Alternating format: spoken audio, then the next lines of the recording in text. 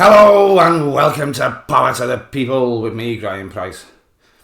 I often wonder if the whole of the UK, or at least the right-wing nutters that have continually steered the narrative of the media for the last 14 years, and the people that watch it, have somehow managed to forget that their party has literally ruined lives, destroyed our global standing, and lied to them for over a decade on a daily basis.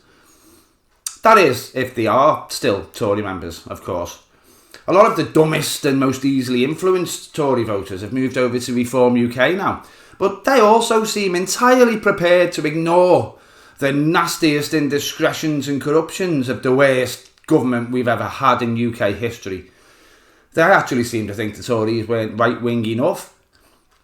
I have been asked to make some more positive videos in future, and I will certainly do so, but I thought we'd just remind ourselves, and any right-wing spam wafflers that happen to chance upon my channel, of exactly what their choice of government achieved in the last 14 years. Those achievements are far from splendid and definitely not marvellous. And we'll have a quick look at them right after this. I'm sorry to interrupt. I just want to take a quick moment to say that my videos often get thousands more views than I have subscribers. That can only mean that there are people watching who aren't subscribed. That's a difficult thing to deal with. Just have a quick look and make sure you've subscribed and rang the bell. Join the Power to the People family, and whenever you're furious about the right-wing media bias, you can join me for a little bit of straight-talking honesty about the bastards that write the headlines. Thank you. There are many lists of the Tories' crimes, incompetence and disgusting behaviours that you can find on the internet and beyond.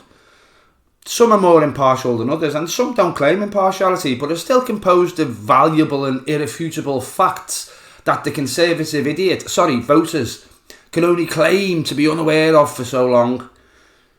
There comes a point when you have to say, I don't care what you've read in the Daily Mail, what lies you've believed on the front page of the Telegraph, or what utter gaslighting bullshit you've heard on GBBs.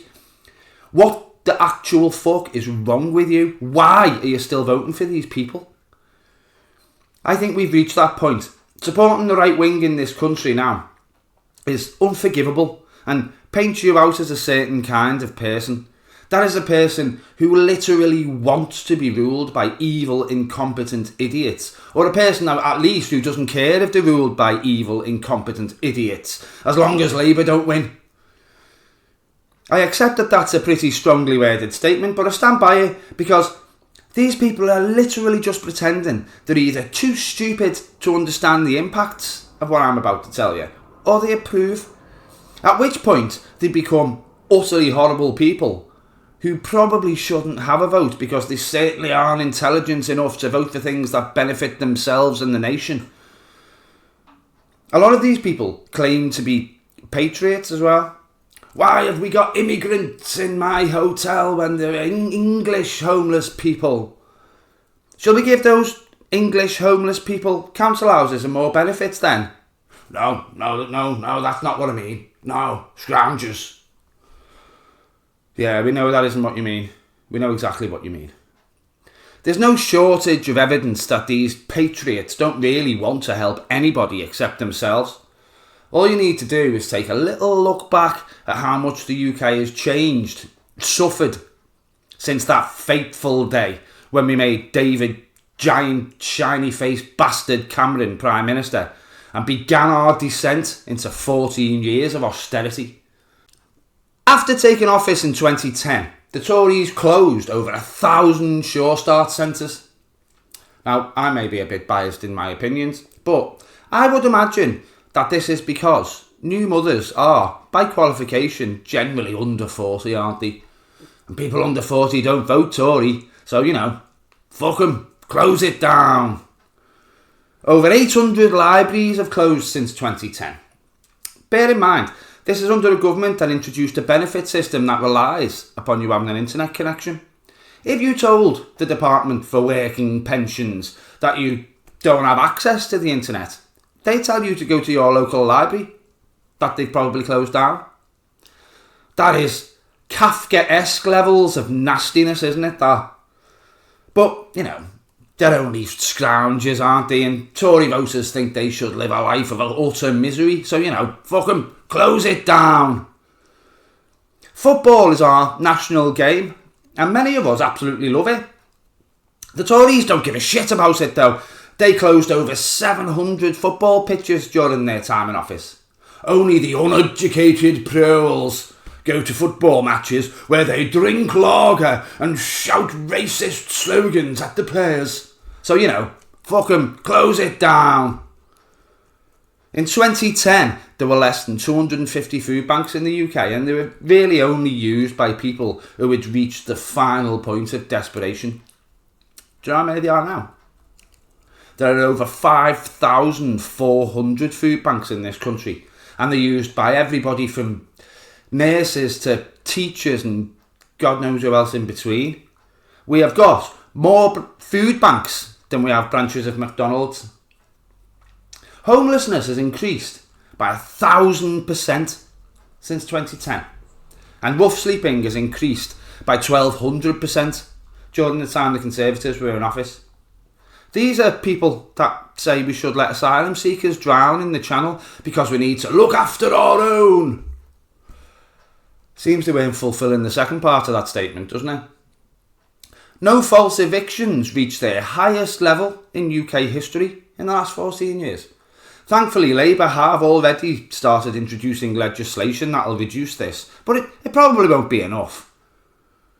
Student fees have risen by 300% in the time the Tories have been in office. This is because, now, you may think I'm being a little bit of a drama queen here, but I think this is because they really don't want working people to have access to higher education, because those with a higher IQ generally tend to vote for more centrist or even left-wing parties, don't they? Finally, remember when David Cameron and George Osborne said that they were going to eradicate the national debt, and all we had to do was put up with just a couple of years of austerity? The national debt when the Tories entered office was 850 billion. It's now over 2.5 trillion. Trillion. Yeah, with a T. How do you feel about that? I don't think that's particularly acceptable, but you won't hear anybody talking about it on the mainstream media. They're trying to tell you that you should care more about Angela Rayner's council house or Louise Haig's mobile phone from 12 years ago. Obviously, 2.5 trillion. That's one of those numbers that's so vast that you can't really wrap your head around the enormity of it. But let's just remind ourselves that a trillion is a 1 with 12 zeros after it. Do you ever feel you've been had? Thank you for watching if you've gotten this far. I'm hoping people are liking me shorter videos and more regular upload schedule, and that they are having a little bit of an impact. But I will be doing some longer ones soon. Tommy Robinson has won the poll for my next 5 reasons video, and it should be a good one when discussing a twat like him. So check if you've rang the bell and subscribed. I'm planning another 5 good things Labour have done since taking office in the next week or so as well. If you want to preempt that and tell me a few reasons you think Labour are as dastardly and bastardly as the Tories, then go right ahead. But be prepared to back up your right-wing bullshit with actual facts. I don't listen to feelings, I don't do intuitions, and I'm not interested in whataboutery. There is nothing Labour has done that even remotely compares with the lies, propaganda, divisiveness and sheer evil that the Tories put us through in the last 14 years.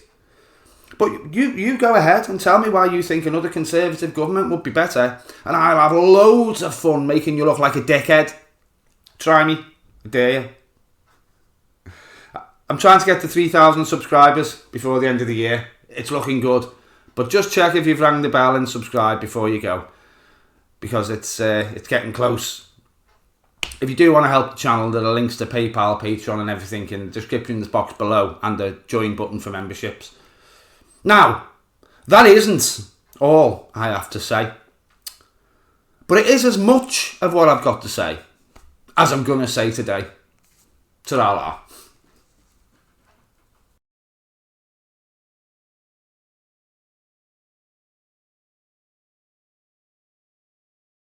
I'm hoping that people are liking me shorter videos and more regular uploads, you know, and oh, see, this is why I write a script, you know. I mean, I do tend to go on and off the script, as you can probably tell, because I talk a lot of bollocks, don't I, as well. But this is why I like to have a script, because when I try to do it without one, I end up just, oh, never mind.